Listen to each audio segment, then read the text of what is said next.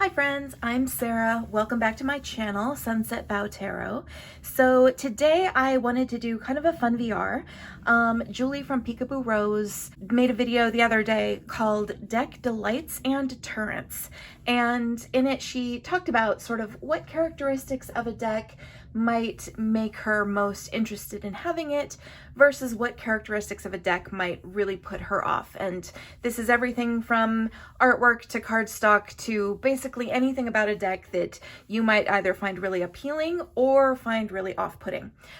So I am wanting to talk a little bit about my deck delights and deterrents, but I also added sort of a middle category, which I couldn't decide what to call it. Doubtful, dubious, debatable.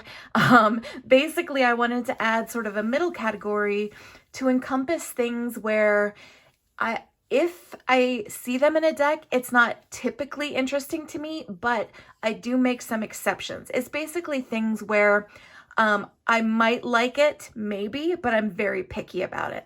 So again, so for me, I'm doing deck delights, deck dubious, debatable, doubtful, and deck deterrents. So let's go ahead and get started. So my first delight, and this is going to be no surprise to anybody, is basically any deck that has vintage or historical artwork. So a great example of that would be my all-time favorite deck, the Touchstone Tarot.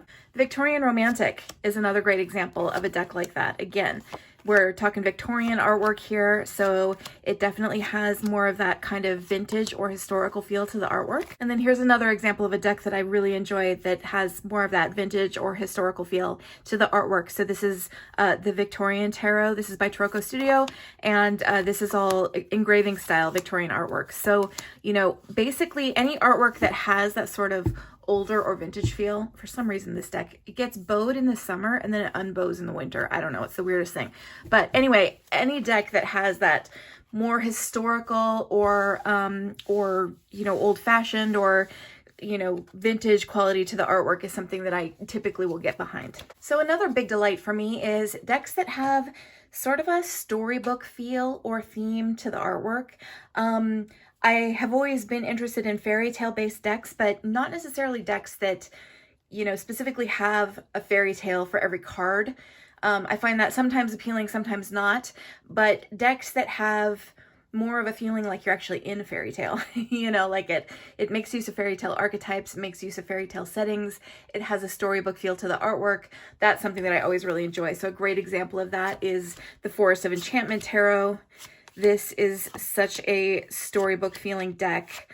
You know, again, it doesn't necessarily have every card relating to a specific fairy tale, although some of them do, but it just has that feel of being in a fairy tale and the archetypes and characters that you might expect to see in a fairy tale. Another deck I love that I feel has a very storybook quality to the artwork is the Greenwich Tarot. So again, a deck that I really, really love, that definitely has more of that kind of storybook feel to it. You know, you're sort of in a little village and you know, there's little cottages, and it does have more of that storybook-like feeling.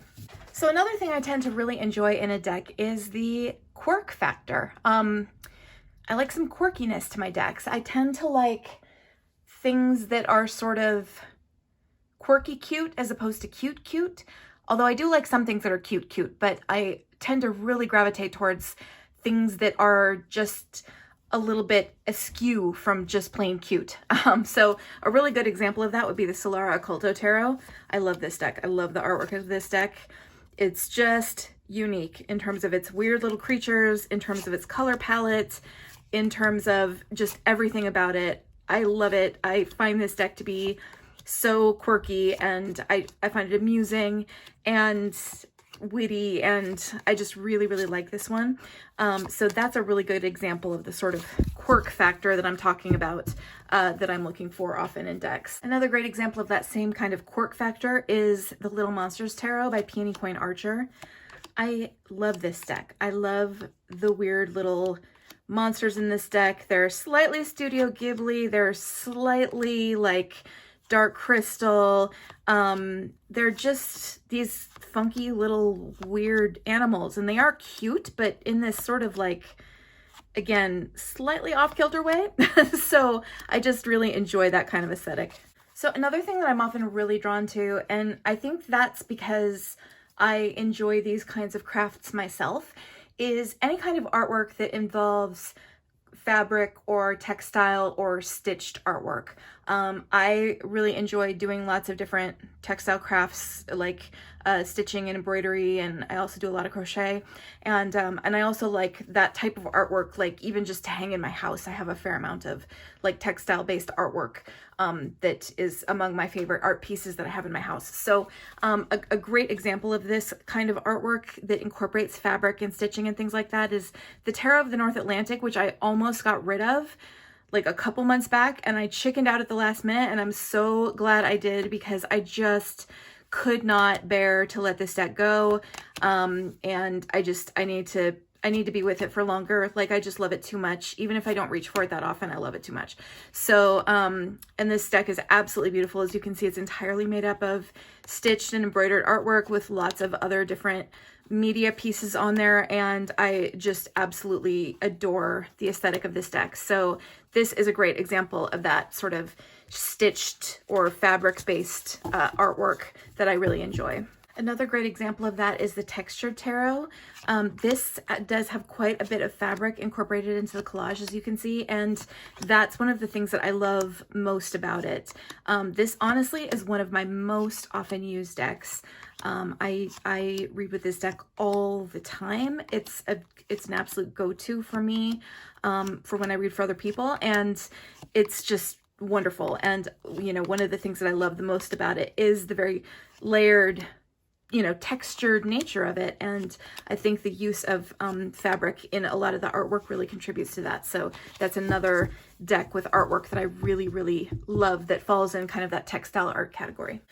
So another real deck delight for me is I love decks that are very scenic and have a strong sense of place, even to the point that they may not have any humans in the cards at all, but they feel very transportive. They feel almost like a portal to somewhere.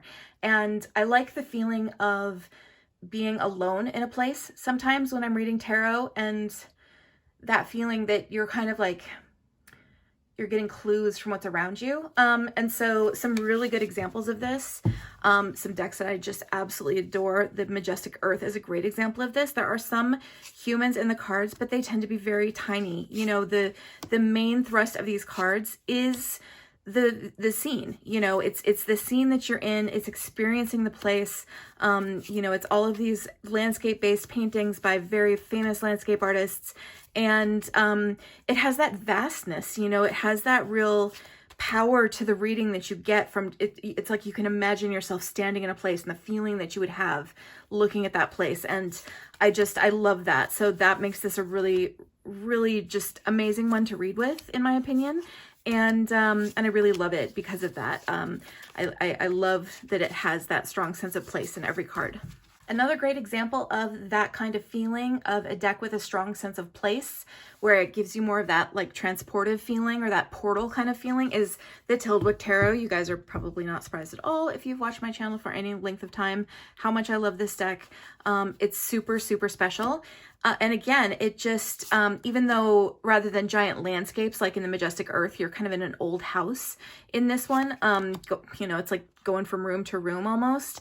I love that feeling that you're getting clues from your surroundings. You know, the message is coming from the world around you. You're alone, but you know, but it's your surroundings that are the message. Do you know what it reminds me of, actually?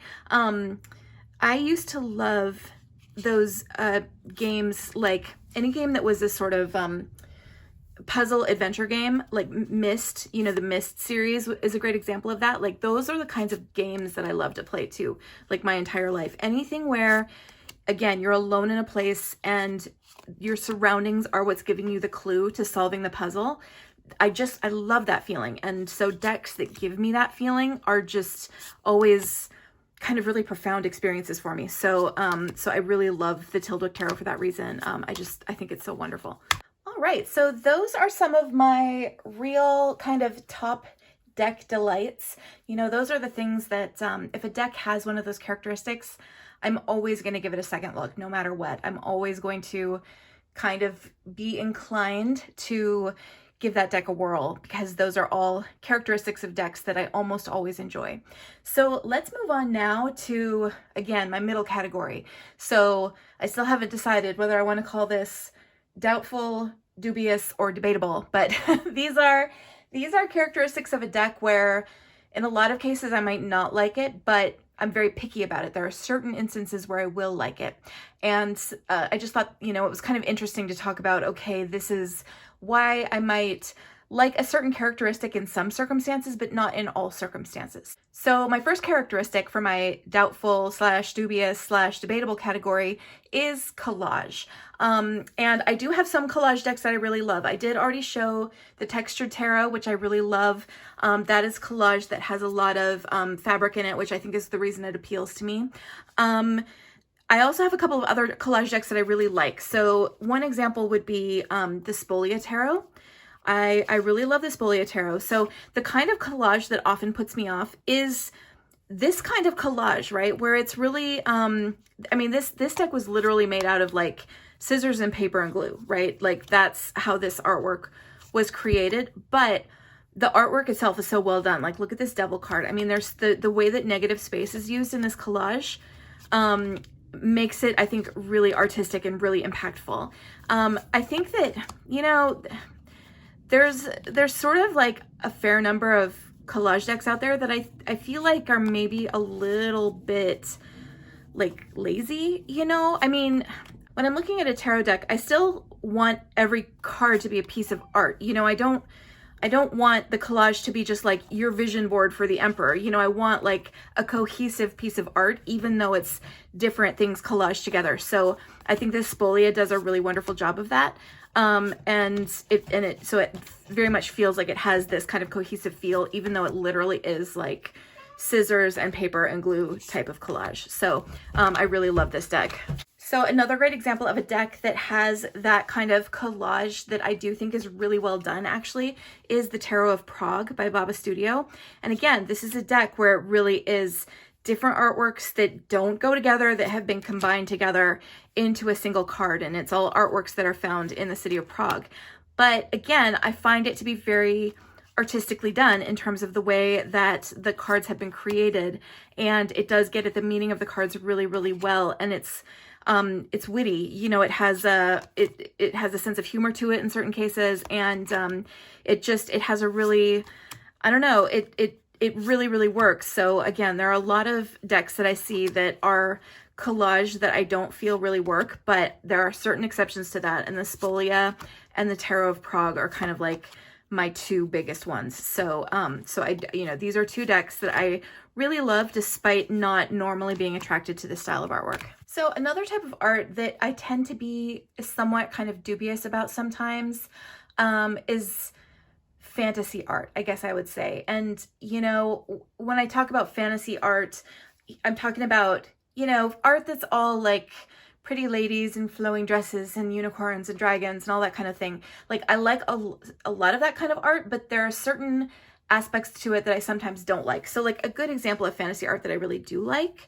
is the Crystal Visions Tarot, you know, and this is all pretty ladies in flowing dresses. You know, it's a cosplay deck. PeekabooRose, Julie from PeekabooRose referred to her Tarot de la Nuit as her cosplay deck. And that made me laugh really hard because that is totally how I am now thinking of this deck too. You know, it has that very like fantasy vibe. But, you know, where fantasy art can kind of like go over the line for me is anything that's like really male gazy, if it's all just like busty, scantily clad women, if it's a kind of thing that looks like it should have been painted on the side of a van back in the 80s, or the cover of like a metal album or something like that, then I tend to not like it very much. But, you know, when it's done in a really kind of lovely, soft style like this artwork for this deck, then I do really love it. So, so again, fantasy art, in my sort of doubtful, dubious, debatable category. Sometimes I like it, sometimes I don't. So it really depends. So another thing that I don't always tend to be drawn to in a lot of circumstances is photographic decks or photo manipulated decks. You know, anything where the art is based on photography that is almost kind of like too recognizable as photography. So it has too much of that kind of pulling you out of tarot brain and into like mundane muggle brain kind of feeling to it. You know, I find that some photographic decks can really do that, especially when they're photo manipulated and you can sort of recognize, you know, like Ciro Marchetti decks, oftentimes it's sort of like, oh, it really seems like you know, used a picture of like Jeremy Renner to be the emperor. Like, you know what I'm saying? Like that's a made up example, but it, you know, sometimes it just feels too close to real life.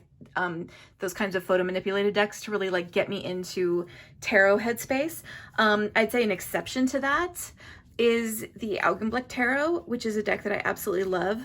I feel like a lot of the reason that this deck kind of bucks that normal tendency to not be super into photographic decks is because this does also fit into the kind of vintage art category, and it fits into the decks with a strong sense of place category.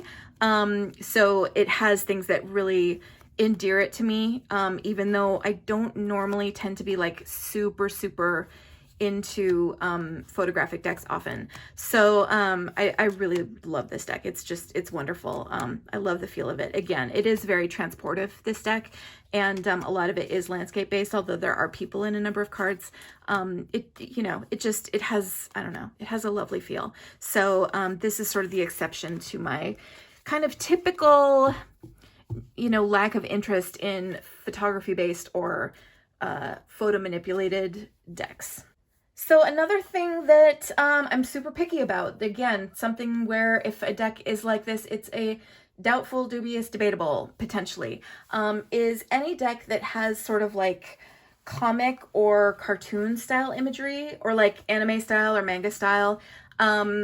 I tend to be very selective about those kinds of decks. There are a lot of great ones out there, but it's not like my absolute #1 top type of artwork. So again, I tend to be pretty picky. A good example of a kind of deck that I do love that has very much of a comic book style of art, and this isn't to say that I don't love comic books, because I do. Again, this is just a, you know, tarot deck preference. But the Dame Darcy Mermaid Tarot, I love this deck.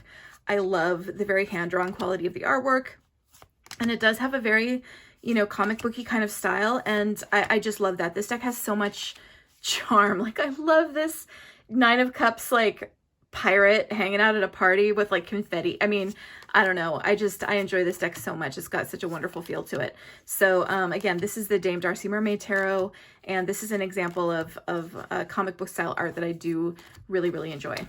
So another deck that's kind of on the edge for me in terms of what I might appreciate as a sort of like cartoon or comic style of artwork, but that I love because I love it for so many other reasons as well, is the This Might Hurt Tarot. So like I said, the art style of this is like it's just borderline for me in terms of what I tend to enjoy from an art style. Like it definitely does have, you know, more of a cartoon feel to the artwork. You know, so it is on the edge, but I also just freaking love this deck because it is wonderful. It is beautifully diverse. It reflects the world we live in. The way that it's just put together in terms of its quality, the cardstock, the black holographic edges, you guys, like, you know, it's so awesome. So this is a really wonderful deck, despite the fact that it kind of skirts that line of what I would typically go for in terms of more of a comic or cartoon style deck. It has so many other wonderful qualities to it that, you know, it tips the balance over into loving it.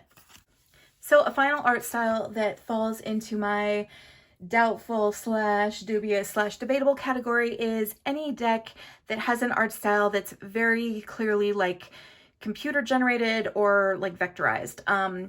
Those are types of art that I can really love if it's very well done, and then also just be not at all drawn to if it's not. So some of the decks that are in this category that I do love, the Gorgon's Tarot is a great example of this. I mean, this, you know, this deck even has like some sort of like computerized textures to it, but the way that the whole thing is put together and the symbolism of it. And I love this deck so much. It has a really unique feel and a really unique quality that I can't even really articulate. I think what I've said before is that this deck feels like it expresses like my inner landscape, like my inner mental landscape in a way.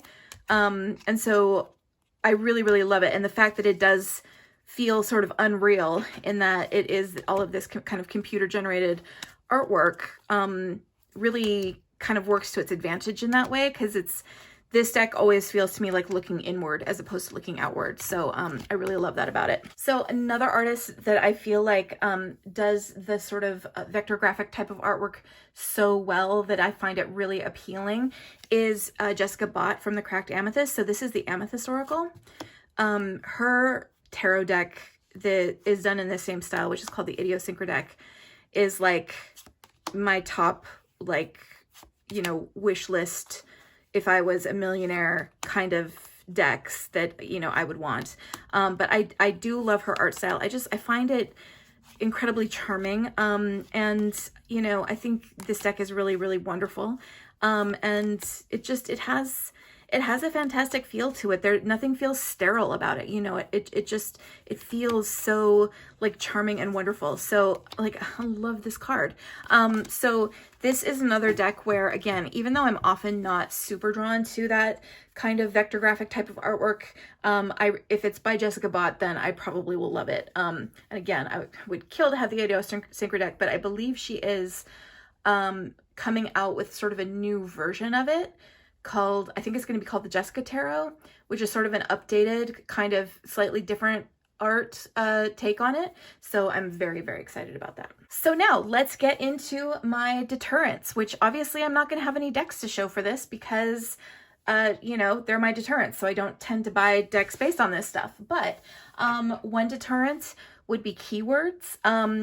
I can't stand decks with keywords. They are super distracting to me. I find I get fixated on the keyword and then forget basically every other meaning that I could ever ascribe to that card beyond just what I see in the keyword. So they drive me absolutely crazy. I do, the Majestic Earth does have keywords on it, but they're at the bottom and they're very, very tiny. And it's so easy to get lost in that artwork that you just, like, I don't even notice the keywords on those cards. So that's like, again, kind of my one exception, where I don't mind that it has keywords just because I managed to not notice the keywords because they're so unobtrusive. But any deck that has like large keywords are just a no-go for me. Also can't do rose petal finish. Massive, massive deterrent for me. I am a riffle shuffler. If I can't riffle shuffle a deck easily and bridge it easily, then I will be very annoyed with it all the time and I won't reach for it. So I am just really not a fan of decks with rose petal finish. Horror themes, you know, I don't tend to have a lot of dark decks. I think my darkest deck is the Bohemian Gothic, which I do love because even though it's like horror themed, quote unquote, it is so cheeky and it has a sense of humor and it feels like you know, very sort of campy horror movies from like, you know, decades past, as opposed to feeling like real horror. So I really enjoy that. But generally speaking, I don't tend to be a huge fan of like horror themes. I don't tend to be a huge fan of a lot of violence or darkness. You know, those aren't things that I usually go for in tarot decks. I tend to find myself not super attracted by those things. And then a final thing that I don't tend to find to be a big draw for me at all, that is a little bit of a deterrent, is any deck that's sort of heavy on esoterica. So anything that's like Golden Dawn style esoterica, or if it's like heavily based around like Kabbalah or, you know, lots of those things, I'm not super interested in those things and I'm not super interested in learning them. And a deck where I need to know those things in order to make sense of it, I'm just never going to be interested in. There are decks like the Spirit Keeper's Tarot is a great example, where if you are interested in the esoteric elements of that deck, like you can definitely delve into them and, you know, Benebell's written like a 600-page book to delve into them if you want to, but you can also read that deck without having any knowledge of any of those things. So you really can delve into it to the extent that you are interested or not interested. So I still do love that deck very much. It's very, very special. But generally speaking, you know, I'm not gonna buy a deck that, again, is really, really heavy into the esoterica. It just isn't something that attracts me. So anyway, those are my deck delights, my deck deterrents, and again, my deck doubtful, dubious, debatables.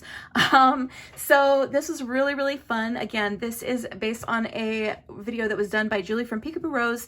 I will put a link to her video down below, so you can go check it out. And please, in the comments, you know, tell me about your deck delights and deterrents and debatables, you know, things that you're really picky about, like I am.